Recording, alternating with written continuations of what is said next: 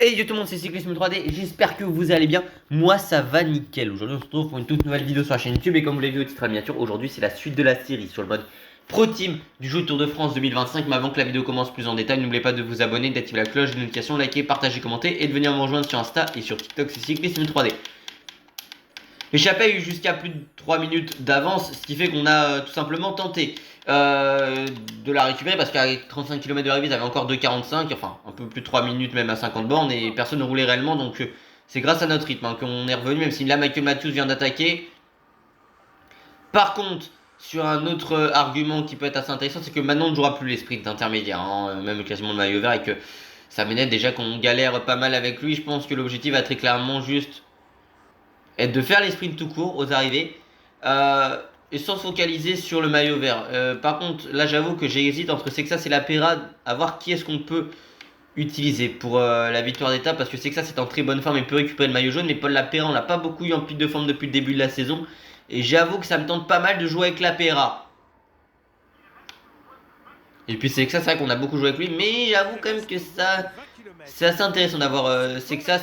En tout cas, le peloton qui, comme sur la montée précédente, va rouler à bloc, très clairement. Ah oui, encore mes coéquipiers ne savent pas tenir sur leur vélo. On a une chute de Nicolas Prudhomme, chute grave en plus. Ouais, on va essayer de remonter là avec Sexas, pourquoi pas. Allez, il y a Thomas qui fait le tempo. On va essayer de revenir. Si on peut chercher un point en classement de la montagne, on s'en privera pas. Et Romain Grégoire qui a voulu nous suivre, pourquoi pas, sur cette accélération avec Sexas. On amène le peloton peut-être un peu tôt. Et on a vu que Romain Grégoire a tenté d'attaquer. On va essayer de rester dans sa roue. Au franc-comtois, même au byzantin, très clairement.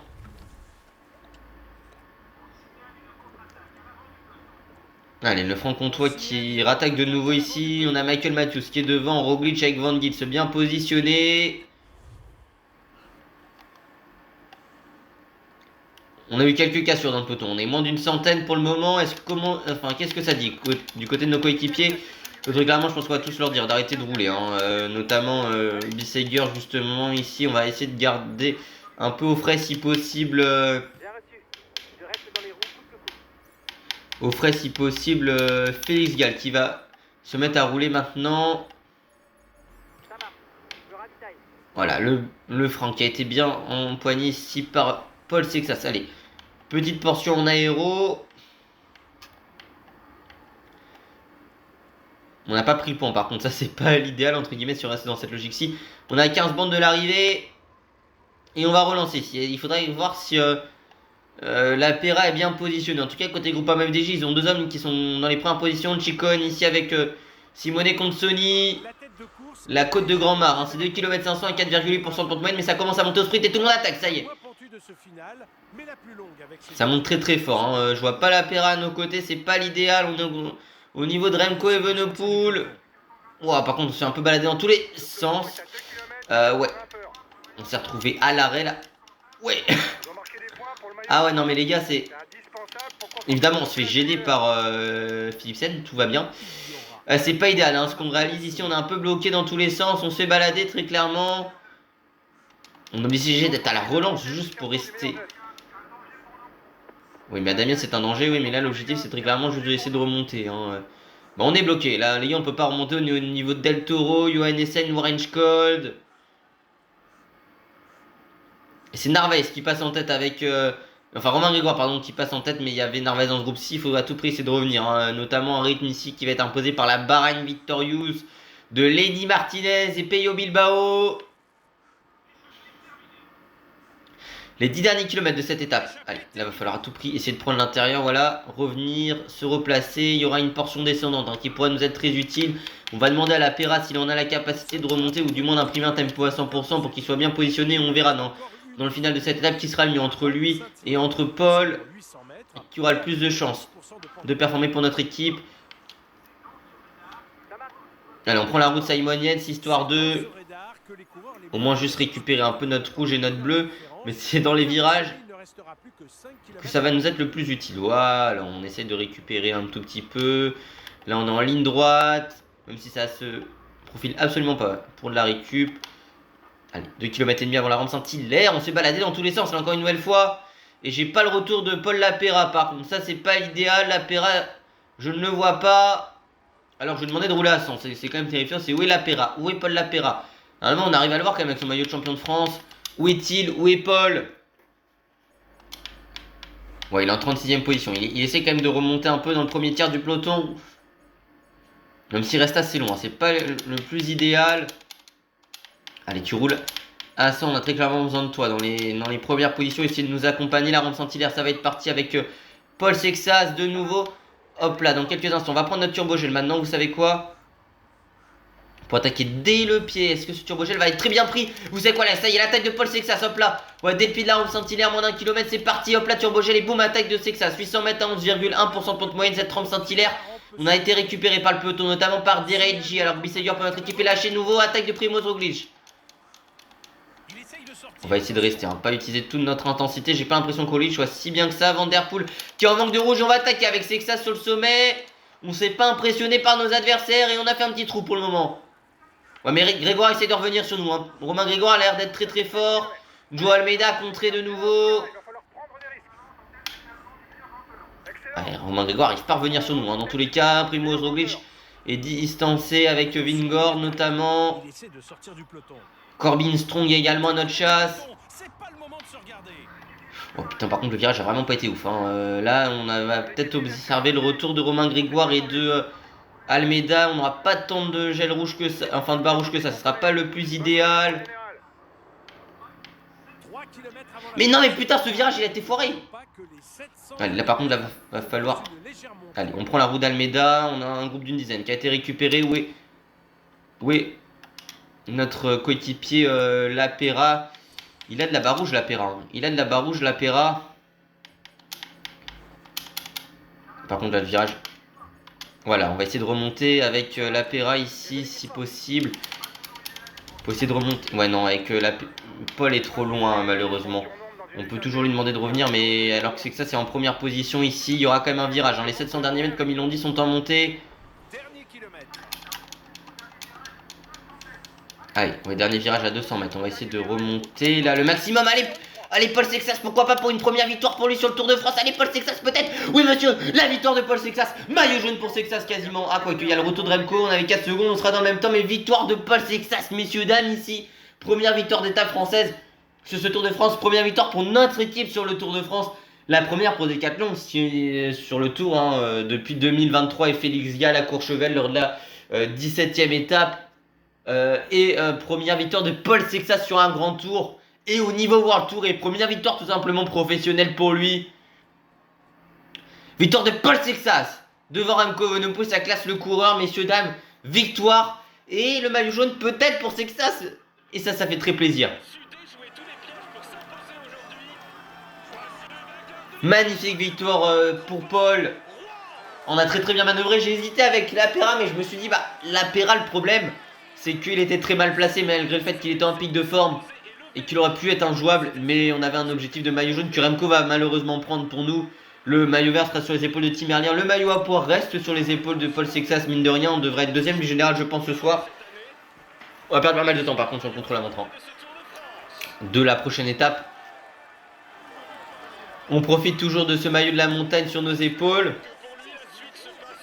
Que notre équipe porte depuis la première journée au passage.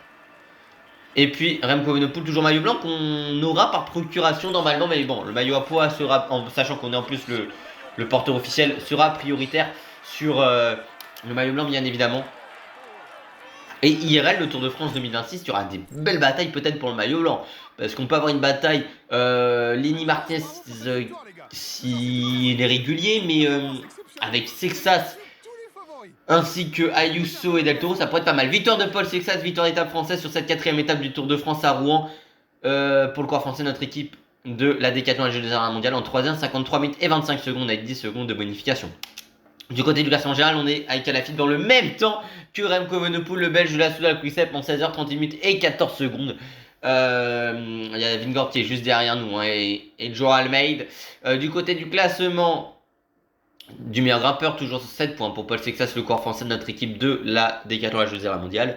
Du côté du classement par points, 78 points pour Tim Merlier, le belge de la Soudal Quick-Step. Du côté du classement des jeunes, c'est Remco Evenepoel, le belge de la Soudal Quick-Step en 16h31 minutes et 14 secondes. Du côté du classement par équipe, c'est en 49h34 minutes et 36 secondes l'équipe néerlandaise du team Visma Elisabeth qui est en tête. Et puis du côté du classement, la compétitivité 324 km pour Stéphane Bissegger, le Suisse de notre équipe de la Décathlon. Je veux dire la mondiale, très bien.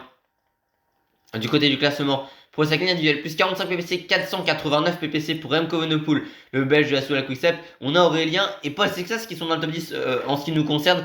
Julien Lafilippe est 8ème côté français également, Vingord 6ème.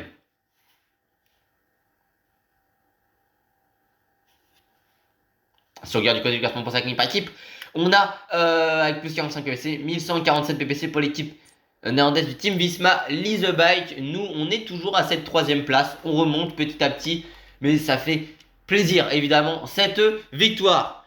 En tout cas, la prochaine étape sera plus difficile pour notre équipe, je vais pas vous mentir, vu que ce sera le contre-la-montre de Caen. On n'a pas une équipe taillée pour les contre-la-montre, même si on a quand même Bruno Armirail, et c'est à préciser. En tout cas, j'espère que cette vidéo vous aura... cette vidéo, non. En tout cas, on va se retrouver tout de suite dans le final de la prochaine étape. A tout de suite. Cyclisme 3D, j'espère que vous allez bien. Moi, ça va nickel. Aujourd'hui, on se retrouve pour une toute nouvelle vidéo sur la chaîne YouTube. Et comme vous l'avez vu au titre de la miniature, aujourd'hui, c'est la suite de la série sur le mode Pro League Team, pardon, du jeu Tour de France 2025. Enfin, je fais comme si on était à l'intro de la vidéo. Mais c'est vrai que c'est... En fait, c'est juste que j'ai tourné les étapes 1 à 4 à la suite. Alors que là, bah, j'entame l'étape 5. Mais bref. Alors, on a Paul Sexas qui, je rappelle, est deuxième du classement général avant cette étape. Et Maillot Pop, bon, j'ai pas fait ce chrono avec Paul Sexas parce que vous connaissez déjà mon faible niveau en contre-la-montre. Donc voilà. On va essayer de... On va essayer, entre guillemets, plutôt de rester sur une manière,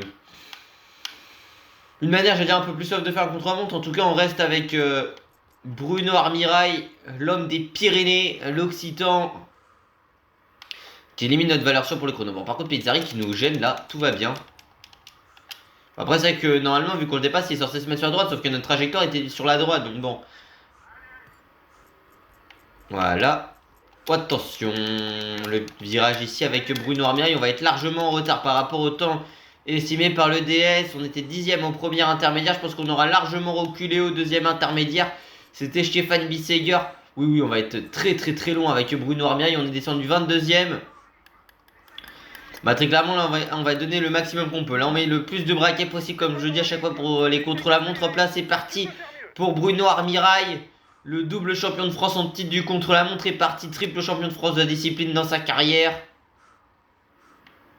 Homme de base de cette équipe Décathlon sur cette série sur le mode Pro Team et IRL ces dernières saisons depuis 2023. Qu'il a été autour de David Gaudu précédemment dans sa carrière, notamment lors des victoires d'étape de Gaudu sur le Dauphiné, ou même c'était sur le... Non, peut-être pas le Dauphiné direct, le Tour du Pays Basque 2021, mais en tout cas, homme de base de David Gaudu pendant plusieurs saisons, mais ce sera sûrement un coureur assez important, évidemment, la saison prochaine chez Visma Lease Bike, pourquoi pas un homme de base, que ce soit sur le chrono, bah, il a des capacités, mais je veux dire sur le plat, ou même les premières ascensions de la journée.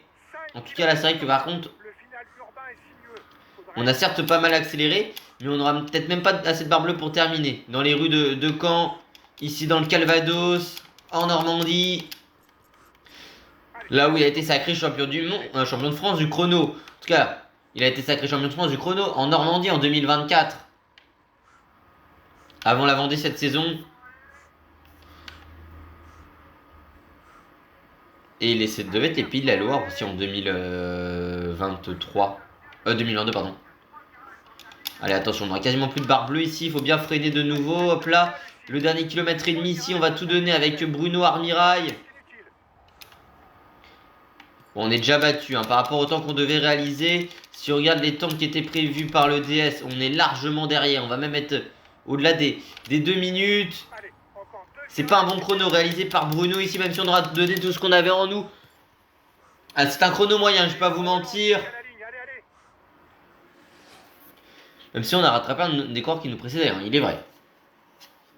On a rattrapé Giulio Pellizzari. Mais je pouvais largement mieux faire, honnêtement. Sur cette étape, on va voir le résultat qui est une victoire de Remco Evenepoel aujourd'hui sur cette étape. Qui va conserver son maillot jaune, Remco Evenepoel. Le maillot jaune, quant à lui, est toujours, comme je dis, sur les épaules de Remco Evenepoel. Le vert sur les épaules de Jasper Philipsen. Paul Sexas et maillot à poil de ce Tour de France et maillot blanc, Remco Evenepoel. Je sais pas combien de temps a perdu Paul. Sexas il est largement devant Armirail. Hein. Ah, Paul Sexas il fait 17ème, il fait un énorme contre-la-montre hein, pour Paul Sexas, il faut quand même le signaler. Il doit être devant pas mal de favoris, je pense. Donc à 1,42 devant 2,31 pour Bruno Armirail. Bon, après ça qui est en pile de forme, Sexas. Du côté du classement général. D'ailleurs, si on peut regarder juste l'étape un peu plus en 35 minutes et 10 secondes, c'est Remco Evenepoel, le belge de la Soudal Quick-Step qui s'impose. Du côté du classement général, en 17h, 6 minutes et 24 secondes, c'est Remco Evenepoel, le belge de la Soudal Quick-Step. Du côté du classement du meilleur grimpeur, 7 points pour Paul Sexas, le corps français de notre équipe de la Décathlon H2R mondiale. Je vais pas peut-être dire Groupama Digital, mais c'est Décathlon évidemment. 78 points pour Tim Merlier, le belge de la Alpecin de Queding. Du côté du classement des jeunes, en 17h, 6 minutes et 24 secondes, c'est Remco Evenepoel, le belge de la Soudal Quick-Step. Du côté du classement par équipe, en 51h, 23 minutes et 18 secondes, c'est l'équipe néerlandaise du Team Visma Leasebike. Et puis du côté du classement de la combativité, 324 km pour Stefan Bisseger, le Suisse de notre équipe de la Décathlon H2R mondiale. Du côté du classement pro individuel, plus 70 ppc, 559 ppc pour Remco Evenepoel, le belge de la Soudal Quick-Step. Si on regarde du côté du classement pro par équipe, plus 50 ppc, 1197 ppc pour l'équipe néerlandaise du team Visma Leasebike qui bénéficie justement du fait que Tadej Pogacar ne soit pas présent sur la plupart des grandes courses du calendrier. Bon, nous, on vient d'être récupéré par la Soudal Quick-Step. Il faut quand même qu'on se méfie toujours de la Lidl Trek.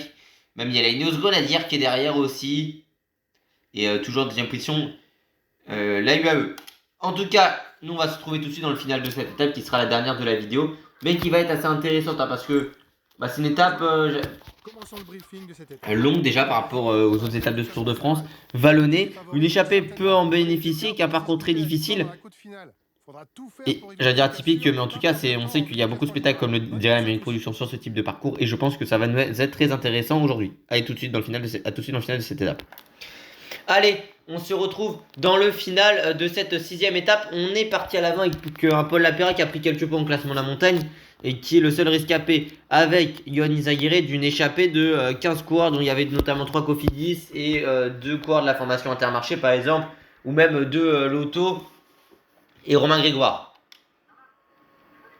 Bon, avec Paul Sexas, je vais pas vous mentir que j'ai pris le gel bleu il y a une vingtaine de kilomètres et c'est pas la joie en termes de bleu. Hein, avec Paul. Après, il faut se dire qu'on est quand même dans un peloton où il reste à peine une quarantaine de coureurs. Remco doit plus avoir forcément énormément d'équipiers. Côté UAE, ils ont perdu il n'y a pas longtemps Wellens et ils ont perdu Narvaez aussi. Burnout a été lâché pour la Visma Leasebike. Voilà, il y a quand même du monde qui manque parmi les principaux leaders. En tout cas, les principaux leaders ont perdu des équipiers importants. Je pense notamment à Ron Gibbs aussi côté Red Bull autour de Primoz Roglic par exemple et de Florian Lipovic. Bon, il y a quand même Almeida avec Adam Yates. Hein, je vais pas vous mentir, ça reste quand même bien. Il y a Van Wilder qui est là, Van Aert, Wellens. Ah si, et Wellens est de retour. McNulty, mais parce que Wellens il était un peu lâché quoi tout à l'heure. Landa est présent également. On a Caruso aussi qui est là, mais on voit hein, quand même que ça va être un peu plus difficile. Là, le peloton repère un peu d'avance hein, par rapport aux âmes de tête. C'est dur pour Paul Lapéra qui a été licencié, l'autre Paul de notre équipe, par Johan Izagirre. Allez, ça va être au tour de Tim Wellens. Imprime un gros tempo ici. Avant les dernières difficultés de la journée, on aura 2 difficultés dans le final, dans les 10 derniers kilomètres, même dans les 5 derniers kilomètres à peu près.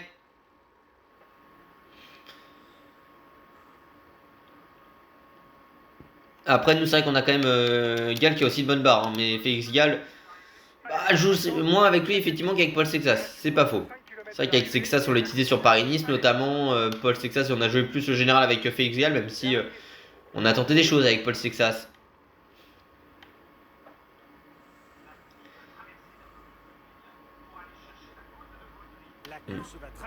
Il y aura la côte de Vaudry hein, dans le final. Et comme nous dit Patrick Chassé, ici on va récupérer Paul Lapéra. Skelmos est toujours pas revenu sur Johan Izagirre. Ah, nous on est en train d'attaquer dans le final. Hein. Pour le moment, c'est vrai que ma barre bleue m'indique pas si je pourrais continuer, enfin tenir ce rythme là jusqu'à l'arrivée. Ça relance ici dans Vire-Normandie. Après, on a à peine qu'une quarantaine de corps et ça, il va être récupéré. Skelmos qui est resté longtemps en contre-attaque avant que Johan Izagirre soit lui-même repris. Ça relance côté Soudal Quick-Step. Il y a Van Wilder qui est un peu plus en difficulté, qui a plus de rouge. Par contre, c'est Landa qui imprime un gros tempo. C'est fini pour Godiou, Hélène, Zimmerman, notamment. Paul Lapéret qui a été récupéré puis distancé pour notre équipe. On va essayer de récupérer un minimum de barre bleue, hein, vraiment. Quelques lichettes, quelques pixels. Allez, on a récupéré un tout petit peu de barre bleue ici. On va essayer de remonter un petit peu, d'être toujours bien positionné avec Paul, qui est le meilleur, enfin qui est encore le mieux placé de notre équipe, hein, en classement général très clairement. Donc c'est vrai que c'est avec lui qu'on joue pour le moment, même si on va pas récupérer de jaune sur cette étape, hein, par rapport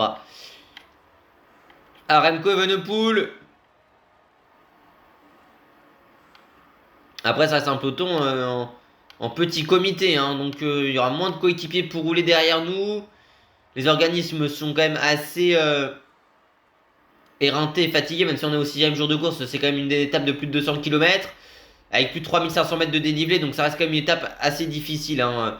Après, il n'y a pas que le dénivelé, c'est quand même aussi l'enchaînement de difficultés, le fait qu'on ait pas mal de portions, que ce soit en faux plat montant, mais même on a des portions en montée non répertoriées, donc ça reste une étape très difficile. On va arriver au pied de la dernière ascension, donc la côte de Bovry. Hop là, le virage avec Paul.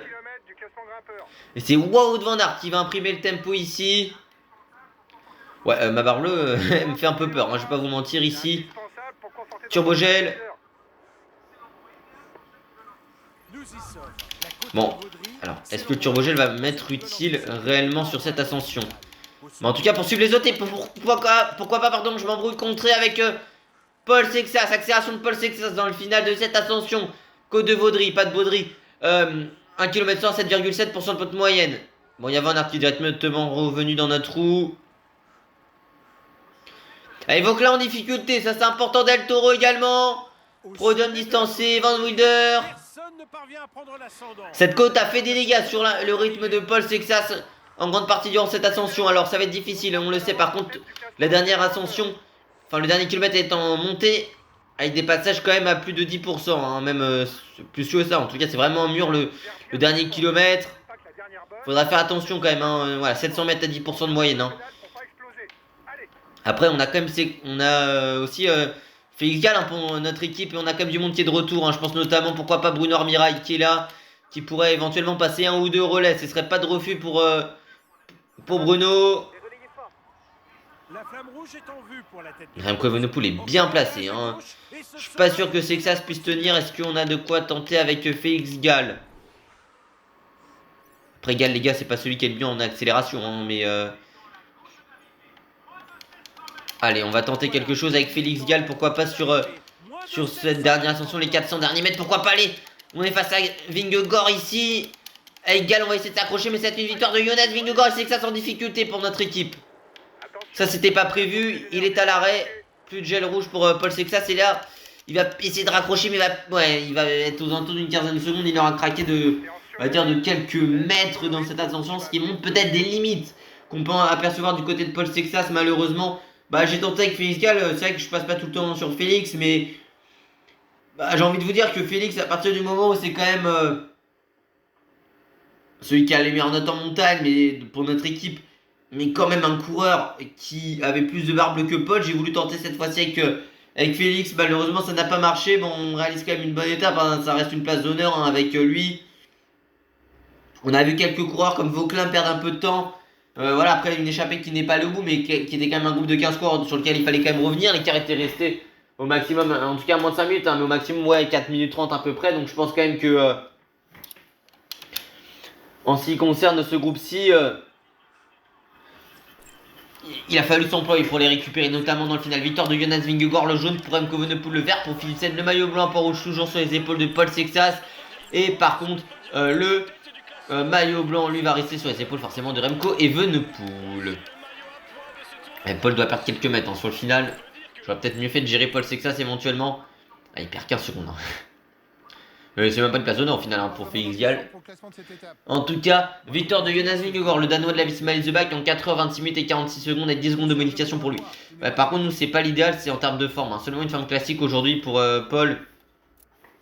En 21h33 minutes et 10 secondes, c'est Remco Evenepoel, le Belge de la Soudal Quickstep, qui est en tête du classement général. Du côté du classement du meilleur grimpeur, 8 points pour Paul Sexas, le coureur français de notre équipe de la Décathlon H2 la mondiale. Du côté du classement par points, 78 points pour Jasper Philipsen, le Belge de la Alpecin du Conin. Du côté du classement des jeunes, Remco Evenepoel, le Belge de la Soudal Quickstep, est en tête de ce classement en 21h 33 minutes et 10 secondes. Et puis du côté du classement par équipe, c'est l'équipe britannique de l'Ineos Grenadier en 64h 45 minutes et 17 secondes. Et puis du côté du classement de la combativité, 444 km pour Ariel Livins, le belge de la formation Lotto.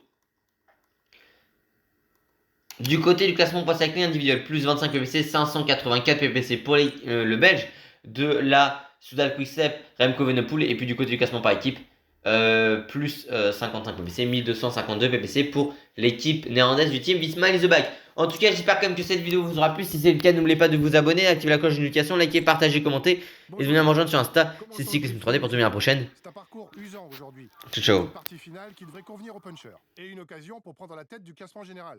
Même si l'étape n'est pas